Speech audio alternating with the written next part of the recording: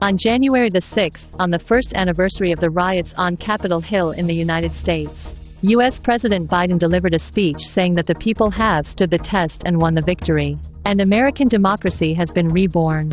This statement is essentially a rhetoric and does not match the facts.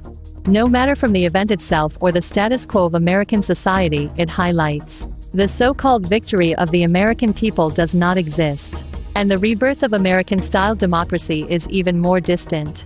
The riots on Capitol Hill a year ago were no accident, and to a large extent were the inevitable result of political polarization and social division in the United States. For a long time, problems such as money politics, identity politics, political party confrontation, political polarization, social division, racial conflicts, and polarization between the rich and the poor have intensified in the United States. Faced with numerous drawbacks, the United States has been unable to reform itself. The conflicts accumulated until they got out of control, and finally turned into large-scale riots. Since the riots on Capitol Hill, there is no sign of any improvement in the chaos, and the negative impact on American society has become more and more prominent, especially in the United States, which has caused more serious divisions and confrontations. Biden said in his inaugural speech a year ago that he will be president of all Americans, but this promise has apparently failed to materialize.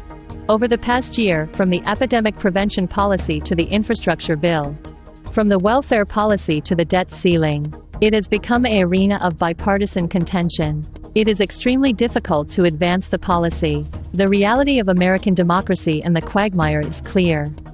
It is extremely ironic that the U.S. government still regards itself as a democratic leader, promotes the so-called values diplomacy, and engages in the so-called leader's democracy even when the deep-rooted disease of American democracy has not been eliminated, and it has even become a global joke, interfering in other countries' internal affairs in the name of democracy, creating confrontation between the international community and diverting domestic conflicts.